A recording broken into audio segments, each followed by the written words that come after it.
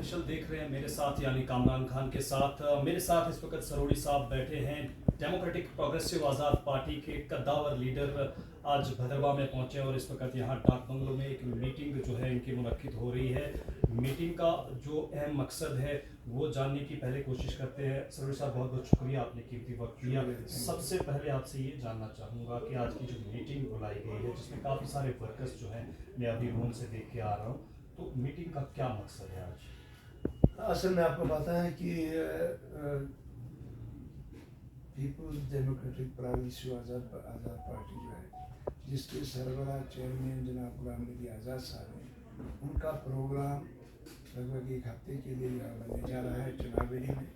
3 तारीख से 7 तारीख तक उनका टोडा ईस्ट वेस्ट में बनने जा रहा है और 8 तारीख से लेके लगभग 12 तारीख तक जो है वो पूरे भद्रवा में प्रोग्राम होने जा रहा है। भद्रवा के जगह जगह वो एरियाज़ में जाएंगे, वो कमेटी से शुरू करेंगे और आके ये चिंता वगैरह नाटी हर जगह पूरा भद्रवा का एरिया जो है वो डेपुटेशंस में आज कोई रैली या कोई पब्लिक जलसा नहीं होगा, बल्कि आज लोगों के साथ वो मिलेंगे और पूरी भद्रवा के लोगों के साथ इंटरेक्शन करेंगे और अपनी पार्टी को मजबूत करने के लिए कुछ लोग ज्वाइन करने चाहते हैं। बहुत देर से चाह रहे थे, मुतमन्नी थे कि आज़ाद साहब आए। आज़ाद साहब ने पूरे कश्मीर और जम्मू में इतने दिनों बाद काम किया और जिसमें सफलता भी पाई, जिसमें बारामूला की म्यूनसिपल कमेटी जो है वो उन्होंने जीती और उसके साथ साथ कश्मीर में इतने जलसे हुए, कोकरनाग से लेकर बानीपोरा से आपके शुपियन वगैरह पूरा एरियाज़ जो है उन्हें कवर किए हुए, जम्मू में कुटवा से लेके पीर पंजाब और आज चनावेली में से कवर बहुत बार आए और भद्रवा जो है आज उन्होंने पहला प्रोग्राम बनाया है।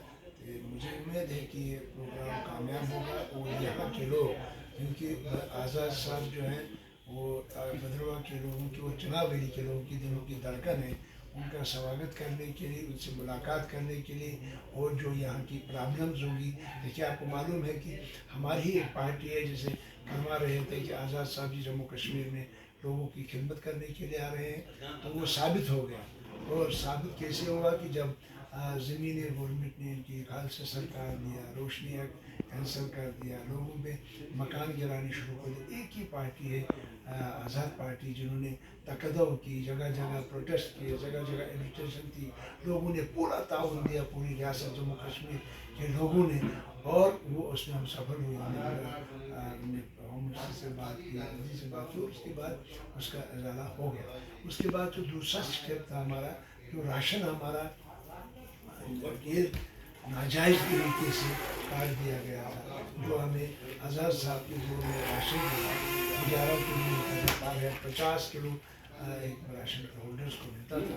तो बाद में जब पीडीपी और बीजेपी की सरकार बनी, उन्होंने एमएमएस शुरू किया, फिर उन्होंने 50 किलो को 35 किलो पे पहुँचाया और उसका रेट भी 9 रुपये से 15 रुपये किया। और फिर जब एलजी सरकार यहाँ पे आई तो उन्होंने यूटी में उसको 35 किलो में 5 किलो के मामले रखा, जो उनने 3 रुपये 2 रुपये राशन नफसा के तहत दिया, जो गवर्नमेंट ऑफ इंडिया की 2011 से शुरू किया। और उसके बाद जो बड़ी परेशान थे, राशन लोगों को 8 रुपये नहीं मिलता था, जो 50 किलो पहले राशन आज़ाद साहब के दौर में मिलता था, आज 5 किलो लिफाफों में लोग राशन ले रहे थे, उनकी पेट पे छुरा मारा गया।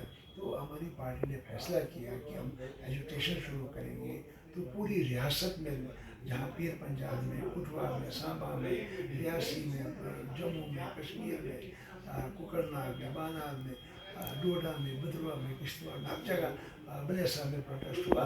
और उसके बाद गवर्नमेंट को चारा नहीं लगा कि राशन जो है उन्होंने 10 किलो मजीद, उन्होंने भी रेट जो है 25 रुपये का, मगर हम उसमें भी कहते हैं चलो अगर गवर्नमेंट ना माने तो कम से कम थोड़ा बहुत लोगों को 8 रुपये मिल सकता है, जबकि बाजार में यही राशन 50 रुपये किलो मिलता है। अगर सेल डिपो पे 25 रुपये पर किलो मिलेगा तो हम कहते हैं चलो थोड़ा सा रिलीफ तो हम लोगों को दिला सकें। जैसा ये पार्टी जो है, हमारा मकसद है इस रियासत में जो हिंदू मुस्लिम भाईचारा उसको कायम करना है। रियासत में आज़ाद साहब जैसा लीडर जो ने 2005 से लेकर 2008 तक वो चीफ मिनिस्टर रहे, जो कारनामे उन्होंने किए, जो गोल्डन पीरियड जिसको कहा जाता है, उन्होंने टूरिज्म बनाया, उन्हें हॉस्पिटल बनाया, उन्हें आज डोडा का मेडिकल हॉस्पिटल चमक रहा है, कितनी बिल्डिंगें यहाँ पर बनी।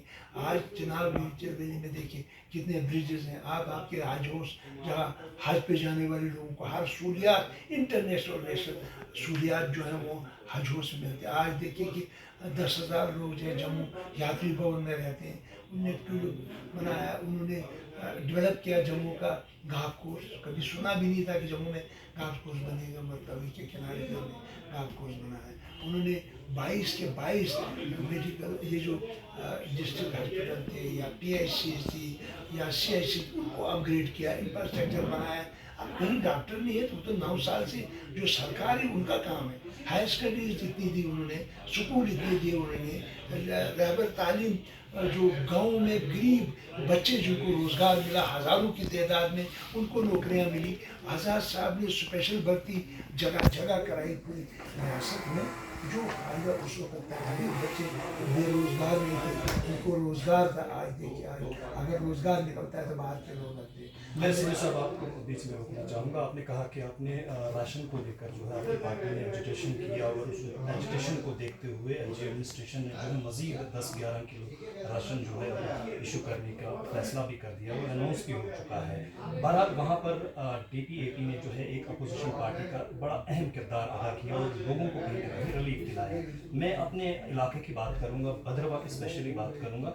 भद्रवा में जहाँ तक DPAP को देखा जाए तो अपोजिशन का किरदार वो नहीं निभा रहे हैं। आपने हाल ही में देखा होगा कि भाजपा की तरफ से भद्रवा के लिए छतरगला टनल अनाउंस हुआ है, अगर ग्राउंड पे देखा जाए तो वो कहीं नहीं है। इसके अलावा गंडोला प्रोजेक्ट यहाँ पे अनाउंस हुआ, वो भी ज़मीनी स्तर पे कहीं नहीं है। तो DPAP कभी इन इश्यूज़ को क्यों रेस करने में नाकामयाब हुई है? खासकर भद्रवा विंग की बात करूँगा, कहीं ना कहीं ये कयासारें लगाई जा रही हैं कि भद्रवा का जो DPAP विंग है वो बिखरा पड़ा हुआ है। आखिर क्यों अपोजिशन रोल निभाने में DPAP भद्रवा में नाकाम है?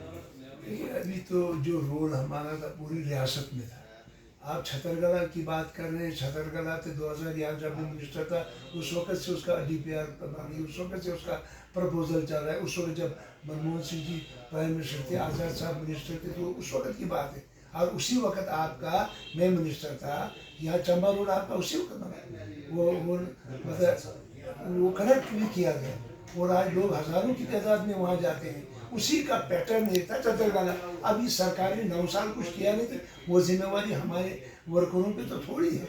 यहाँ से उसके बाद आप कहते हैं कि यहाँ का रोल, क्या रोल यहाँ का? आज़ाद साहब के दौर में बिंदो टू जाई सड़क जो है अनोस का काम चला, वो पाई तक नहीं।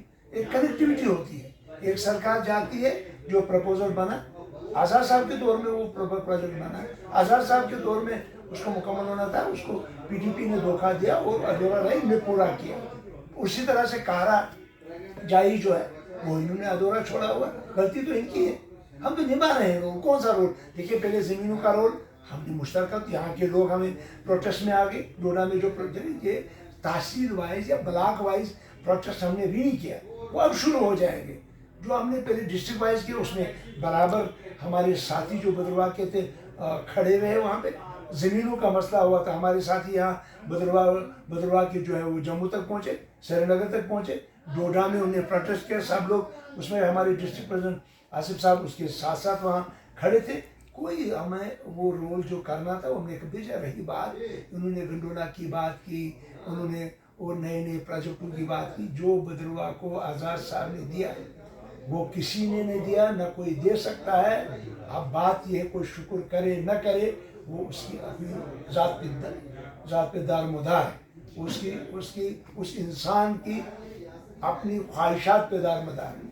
क्या उसको ज़ाती ख्वाहिशात है या वो देखता है कि आज़ाद साहब ने अगर आज हज़ारों नहीं लाखों को लाखों की तादाद में टूरिस्ट आते हैं, वो किसकी वजह से आते हैं? इतना इंफ्रास्ट्रक्चर, इतना टूरिज्म को बढ़ावा। और आज देखिए जो बिल्डिंगें बनी हुई उनकी ज़रा हालत देखिए, क्या हालत है उनकी।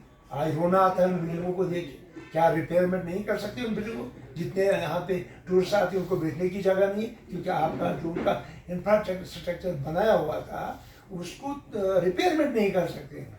जो रिपेयरमेंट सरकार न कर सके और उस बेहतरीन उस इंफ्रास्ट्रक्चर को अगर डेवलप न कर सके, आगे बढ़ा न सकी, तो वो किस हुए तो जुमले हैं। जैसे 15 लाख का उन्होंने कहा था, ऐसे गंडोला की बात की, ऐसे और बाकी चीज़ों की बात की। लिहाजा हम जो आज़ाद साहब जो कहता है वो करता है और करके दिखाता है। अब 8 तारीख से वो भदरवा में आ रहे हैं, जगह जगह लोगों को मिलेंगे, जो और मामला हो वो तो सुधर देंगे और उन मामला को आगे बढ़ा देंगे। मैं बीच में एक और सवाल पूछना चाहूँगा। होम कॉन्स्टिट्यूंसी में आते आते जो है आज़ाद साहब को इतनी देर क्यों लगी? देखा जाए तो DPAP पार्टी जब से बनी है तब से लेकर अब तक जो है आज़ाद साहब भदरवा आए और यहीं डाक बंगलों में वो विराजमान भी हुए थे, लेकिन यहाँ की आवाम से उनका जो मिलन है वो नहीं हो पाया। आखिर इतनी देर क्यों लगी? मैं इसमें थोड़ा सा अभी हमारी पार्टी को 9 महीने हैं और इसमें हमें पार्टी को रजिस्ट्रेशन करने में सबसे बड़ी तकदो लगी। हमारे 4-5 महीने तो रजिस्ट्रेशन करने में लगे और आज के दौर में जो कानून बने हैं उसमें रजिस्ट्रेशन पार्टी की करनी बहुत मुश्किल है। ये आज़ाद साहब है जिसकी वजह से हमारी पार्टी जो है आज रजिस्टर हो गई। तो ये मुबारकबादी की बात है हमारे जम्मू कश्मीर के लोगों। उसके बाद पूरा हमारा इंफ्रास्ट्रक्चर नया बनाना था, हमने डिस्ट्रिक्ट कमेटियाँ बनानी थी, स्टेट कमेटियाँ बनानी थी और ब्लॉक कमेटियाँ